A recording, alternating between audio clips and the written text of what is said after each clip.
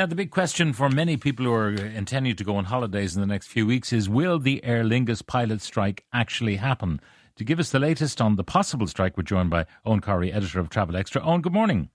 Good morning, Pat. Now, the Minister for Finance, Michael McGrath, has heaped pressure on both Aer Lingus and the unions to have meaningful talks together. Will that make any difference? Very unlikely. I do expect the strike will not go ahead, but I expect when the deal is signed, and there will be a deal, it'll be later rather than sooner.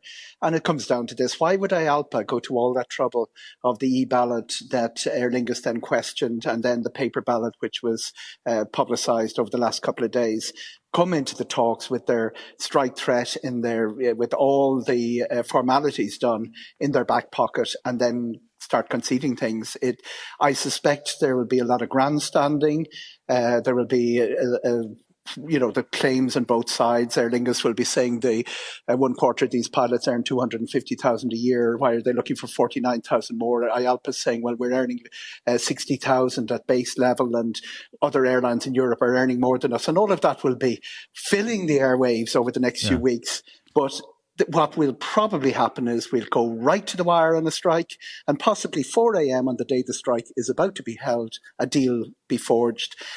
The passengers are not in the room. That's really messy because, even for Aer Lingus, they decide to wet hire some aircraft in maybe to get some of the passengers to where they're going. They have to cancel them at the last minute at great expense. Meantime, people who are intending to book even last minute will be saying, not going Aer Lingus, whatever way I'm going, I'm not going that way. Now you have it. IALPA have the stronger hand in this. The passengers are not in the room. That's the sad thing. Both will be pressing their case, but the passengers are the ones who will be sitting outside saying, this is out of my control. What do I do? What will the IALPA are pressing sort of the gegenpress that Jurgen Klopp would have done, or what Jimmy McGuinness is doing in Donegal. They're pressing Aer Lingus into a corner on three fronts.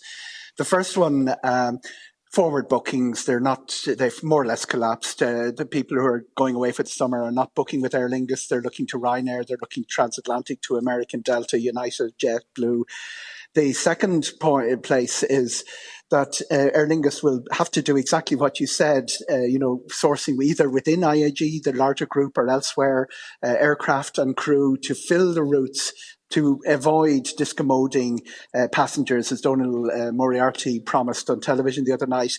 And they will probably be put in a position where they're going to have to start doing that before the deal is reached. The third is a more interesting one. It's a newer one. EU261 that we've talked about several times on this programme. Initially, the exceptional circumstances when this came in 2004 included all strikes. It's been reinterpreted in recent years in many jurisdictions. It's fairly loosely phrased, so it ends up being reinterpreted by case law. And they have increasingly held that an airline is negligent if a strike takes place. So that means Aer Lingus will have the exceptional circumstance of having to pay penal, apart from the refunding the fare, penal compensation to passengers because they were discommoded. It's not the union that pays this, it's the airline that gets hit with this bill. IALPA know that, and they're going to press and press and press. That's why they're not going to give 15 days notice. They're going to give 7 because they want Aer Lingus to be hit with that bill. So if they were to give 15 days notice, Aer Lingus would simply give you back your money for your ticket. That's exactly it.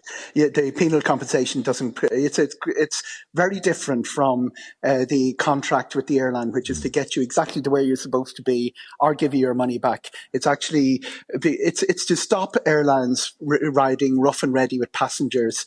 But that didn't. If that would baggage handler strike, something like that by an external third party, it would be an exceptional circumstance. What we've seen in recent years is that airlines have been told by the EU court they have to pay compensation, including in one case by a wildcat strike, which wasn't even sanctioned by the union. The airlines are quite grumpy about it, but that's where they are in terms of where they're being boxed into a case law. IALPA know that, Aer Lingus know that. That's going to be a factor in the negotiations as well. It's very hard to see how the public would have sympathy with the pilots. They are very well paid. We'll talk about that pay in a moment. And really, they're talking about inflation and how they haven't kept pace with inflation, how other airlines might pay more, etc., etc. But the figures involved don't bring about public sympathy, where, just to coin the phrase, from recent discussions that nearly, 25% of the pilots are earning more than the DG of RTE. Well, they're earning more than the Taoiseach as well. Now, the thing is that public sympathy doesn't really matter. What you need in industrial relations is to put yourself in the position of maximum strength, what Jürgen Klopp would preach. And that's what ALPA have been doing. They've rushed through the process with undue haste. By the way, as an NUJ member, Captain Ty is the sort of person you'd like to have representing you, to get the best deal. That's his job. It's no criticism of ALPA or of their president. But what they have done is gone from December, which was the internal process, to the WRC. They barely paused for breath at the WRC to the Labour Court. Labour Court did what Labour Court does. It comes out with a compromise, what it thinks is a compromise. The pilots rejected it. And all along, you could see, if I'm interpreting this right, there was a race to get the ballot done and the strike threat in place before the summer. If you're in aviation, no point in striking during winter. That's what they've done. The normal process, by the way, going through all of this would be, in industrial relations, would be about 14 months. Okay, so they've timed it. They've timed it for the end of the Leaving Cert, basically.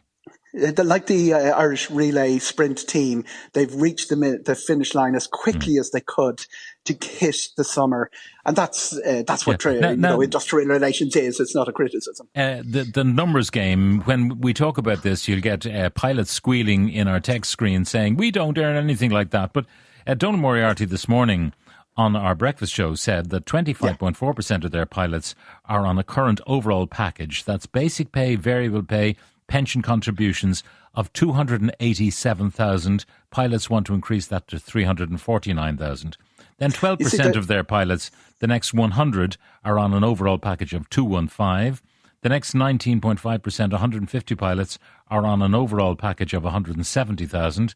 And then the next 57% are on an overall package of in and around 200,000. Now, people are saying, no, the average pay is 110,000. I can't make sense of those numbers. There are 26 different pay scales, plus all the agreed. My experience of Aer Lingus is that they tend to factor in the cost of the package. My experience of IALPA is they tend to factor in the take home, and they also concentrate on the lowest grades. I mean, the pension contribution of 21% is a very generous pension contribution by any employment standards. I don't know how they achieve that, because it's quite a remarkable contribution towards pension. These are because they're a very powerful union, and their legacy agreements from strikes previously. 1985, 2003 was the last one. We went very close to the wire in 2008. They have a capacity of getting what they want because they're powerful, and the increase of €49,000 is more than a lot of Aer Lingus staff get in a year. Pilots do an important job. They keep us all safe. Nurses save our lives. My own life was saved by a nurse in 2018, and a lot of their annual salary is less than the pilots is seeking an increase. That's not a reflection on pilots or their job or IALPA or anything. It's just the power they have had over the years, and it's not unique to Ireland. No, and we see even the air traffic controllers. We know that they do it every summer in France. So this is not. And keeping it to pilots, Lufthansa's pilots got a very good deal out of a series of strikes. Scandinavian SAS 2 years ago, a lot of listeners would have remembered daily cancellations on the Dublin-Stockholm flight. And the deal they got was it was so expensive for the airline that the airline went into Chapter 11 and has now effectively been taken over by Air France. They can damage the airline looking for this. And that's a very important point in the background here, because Aer Lingus has 6 of their trendiest new aircraft and the new narrow-body aircraft in the sky, the A321XLR. 2 of them they started painting, the tail was painted in Aer Lingus colours. It's now been going to Iberia within the IAG group. And the second one is it was announced yesterday, it's going to serve Barajas to Boston instead of the Irish routes it was going to serve next year.